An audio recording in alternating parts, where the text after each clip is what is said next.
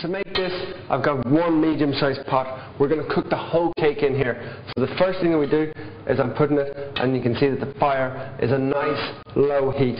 I've got my sugar, and we're making a caramel here. Now caramel has to be made really, really slowly. Caramel is that nice auburn, golden brown colour sugar that we see. And to achieve that, I leave the sugar on a really, really low heat, and we're just going to cook that very, very slowly. It'll probably take 10 or 12 minutes, but as it starts to dissolve, you'll see it very slowly change in colour. Now, as that cooks really slowly, I'm just going to talk to you about my apples over here. What I've done is I've taken a whole apple, I've just peeled it around the outside, then we quarter it, and we take the core out. So that leaves me with all my lovely apples that are going to sit into that caramel and form that wonderful cake. So you can see now, after about 7 or 8 minutes, we got that wonderful auburn, deep brown colour, looking really fantastic. Now the next thing that I'm going to put in there is my 4 tablespoons of butter. And just let that melt in nicely. This is going to provide a lovely richness to those apples, and the caramel will cook into them and really coat them nicely when they bake in that cake. So as soon as you see the butter starting to melt, we're going to add our ice. 2 ice cubes there. And what I'm going to do now is just turn that heat off, because there's actually enough heat left in there to cook it and melt the butter. The worst thing you can do with caramel is take it off too late, because there's so much heat in caramel that it'll actually keep cooking for a good couple of minutes. So off that comes, and we'll just let that nicely melt in. So there's that lovely caramel. It's looking absolutely fantastic. So just very carefully lay those little apples standing up around the outside. We're just going to layer those all the way around the outside in a fan, and then we'll do the same in the middle and build a lovely little apple cake. So we'll just pop that last apple in there, and that's all nicely fanned out, looking really, really good. Now what I want to do is just a little bit of the excess butter I had from earlier in between all the little holes. Just make sure your hands are nice and clean before you do this. So all the little holes are nicely covered up with butter. I'm going to put it onto my flame, and now the lowest flame you can get. I'm also going to pop my little lid on there, and I've just left a little hole. That steam will be able to escape and the apples won't go totally soggy. So 1 hour on the lowest possible heat, and then we'll be ready to pour that cake mix over the top. So after about an hour really slow cooking, your apples are going to look something like that. Be really patient when you're cooking at that temperature. It has to be really, really low. It might take a little bit more than an hour, but you're going to end up with something really nice and pretty like that. Now the next step that I'm going to take is I've just got a little bit of melted butter, and I'm going to brush around the outside of my pan. The reason I'm doing this is because the next step after this will be to pour that lovely cake mixture in on top of the apples, and I don't want it to stick to the sides. So a nice generous amount of butter.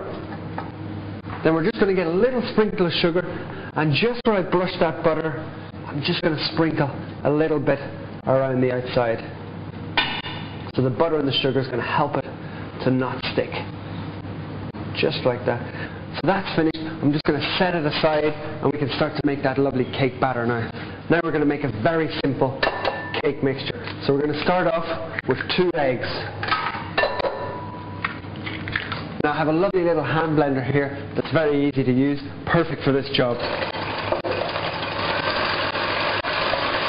So I'm just going to bring those eggs together, just to start them off, and then I'll pour my sugar on top. Never ever pour sugar on top of raw eggs, because you'll get those horrible little specks that you sometimes see, and you'll never be able to get rid of them then.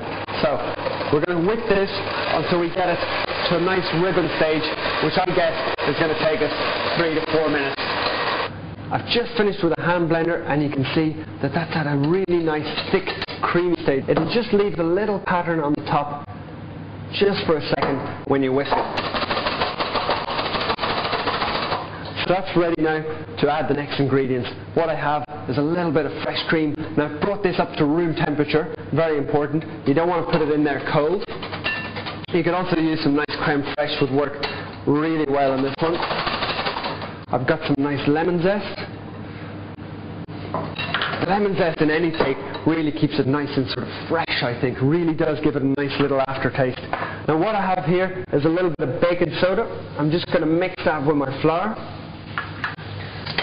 I'll get my whisk out of there. And what we're going to do is we're just going to sift both the flour and the baking soda into our egg mix. I'm just doing this to get rid of any little impurities that might be in the flour.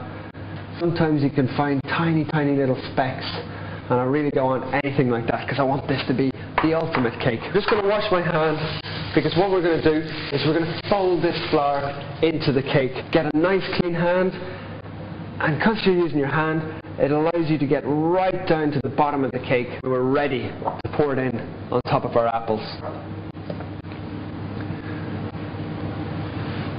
In it goes.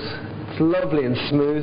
There's absolutely no lumps of flour in there. Make sure your hands are so clean. Use a nice antibacterial soap and just clean under your nails. And if you do that, there's absolutely nothing wrong with using your hand as a spatula.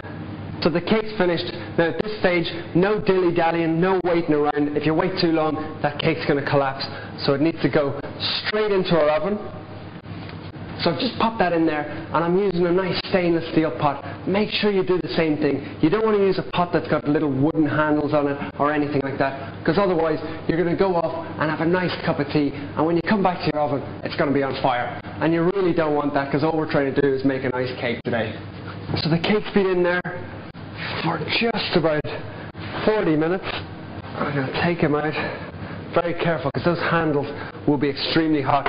If you've got oven mitts, use those. A couple of tea towels. Now you can just see that it's just set. Just set your hand on top. That really is perfectly cooked.